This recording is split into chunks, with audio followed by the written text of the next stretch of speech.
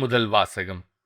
எருசலேமில் செய்யப்படும் அருவருக்கத்தக்க செயல்களுக்காக புலம்பும் மனிதர்களுக்கு நெற்றியில் அடையாளமிடு.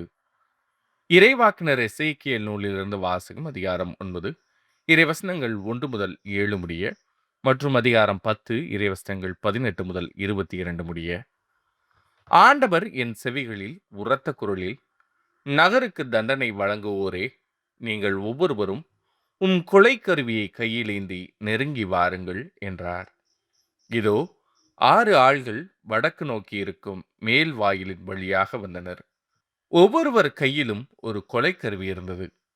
அவர்களுடன் நாற்பட்டு உடுத்தி எழுதும் மைக்கூட்டை இடையில் வைத்திருந்த ஒருவனும் இருந்தான். இவர்கள் உள்ளே வந்து வெண்கல பீடத்தின் அருகில் நின்றனர். அப்பொழுது இஸ்ரேலின் கடவுளது மாட்சி அது தங்கியிருந்த கெருபுகளை விட்டு மேலெழுந்து இல்லத்தின் வாயிற்படிக்கு வந்தது. உடனே ஆண்டவர் நாற்பட்டு உடுத்தி எழுதும் மைக்கூட்டை தம் இடையில் வைத்திருந்த அம்மனிதரை அழைத்தார்.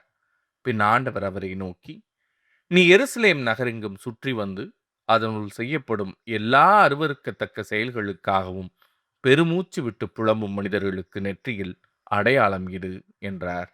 என் செவிகளில் விழுமாறு அவர் மற்றவர்களை நோக்கி கூறியது, நீங்கள் அவர் பின்னால் நகரெங்கும் சுற்றி வந்து தாக்குங்கள். உங்கள் கண்களினின்று யாரையும் தப்புவிட வேண்டாம், இரக்கம் காட்ட வேண்டாம். முதியோர், இளைஞர், கன்னியர், குழந்தைகள், பெண்கள் அனைவரையும் கொன்றொழியுங்கள். அடையாளமிடப்பட்ட மனிதர் எவரையும் நெருங்காதீர்கள். என் தூயகத்திலிருந்து தொடங்குங்கள். அவர்களும் ஆண்டவரது இல்லத்தின் முன்னிருந்த முதியோரிலிருந்து தொடங்கினர்.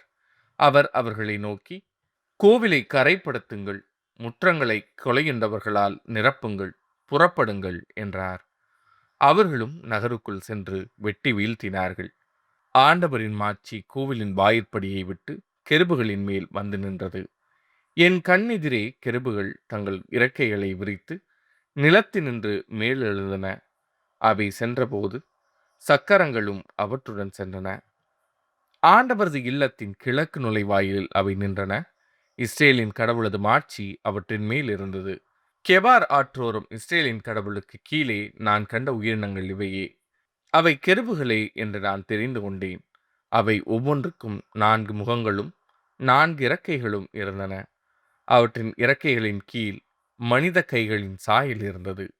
அவற்றின் முகச்சாயல் கெபார் ஆற்றோரும் நான் கண்ட முகங்களைப் போன்றே தோன்றிற்று. அவை ஒவ்வொன்றும் நேர்முகமாகச் சென்றன. இது ஆண்டவரின் அருள்வாக்கு. இறைவா, உமக்கு நன்றி. பதிலுரை பாடல். வானங்களையும் விட உயர்ந்தது இறைவனின் மாட்சி. ஆண்டவரின் ஊழியர்களே, அவரை புகழுங்கள், அவரது பெயரை போற்றுங்கள். ஆண்டவரது பெயர் வாழ்த்த பெறுவதாக, இப்பொழுதும் எப்பொழுதும் வாழ்த்த பெறுவதாக. வானங்களையும் விட உயர்ந்தது இறைவனின் மாட்சி. கீழ்த்திசை முதல் மேற்றிசை வரை ஆண்டவரது பெயர் போற்றப்படுவதாக. மக்களினங்கள் அனைத்திற்கும் ஆண்டவர் மேலானவர். வானங்களையும் விட உயர்ந்தது அவரது மாட்சி. வானங்களையும் விட உயர்ந்தது இறைவனின் மாட்சி. நம் கடவுளாகிய ஆண்டவருக்கு நிகர் யார்? அவர் போல வானளாவிய உயரத்தில் வீற்றிருப்பவர் யார்? அவர் வானத்தையும் வையகத்தையும் குனிந்து பார்க்கின்றார். வானங்களையும் விட உயர்ந்தது இறைவனின் மாட்சி. நற்செய்திக்கு முன் வாழ்த்துளி. அல்லேலூயா, அல்லேலூயா. கடவுள் கிறிஸ்துவின் வாயிலாக அவர்களை தம்மோடு ஒப்புரவாக்கினார்.